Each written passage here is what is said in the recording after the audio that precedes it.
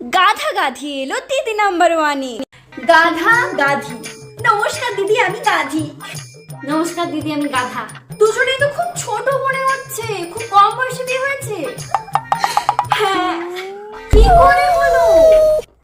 দুজনেই খুব পাকা ছিলাম যে, না মানে ফেসবুকে আমফানের ঝড়ের দিন। ওই ঝড়ের মধ্যে তোমরা প্রেম করছিলে।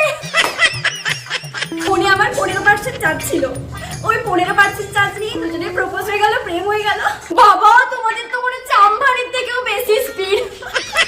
ও আমাকে একটা ভয়েস মেসেজ পাঠায়, আমি মেসেজ শুনি বলছি বাবা এত কিউট ছেলে, এত কিউট ভয়েস। সাথে সাথে বলি তুমি কি আমাকে বিয়ে করবে? ও সঙ্গে সঙ্গে 1 সেকেন্ডে বলে হ্যাঁ। বাবা, 3 মাস পরে পড়তে গেছি, ওখানেই প্রথম দেখা। ও তো আমাকে চিনতেই পারেনি। কোনটা ভালো লেগেছে, ছবিতে না সামনে? ছবিতে।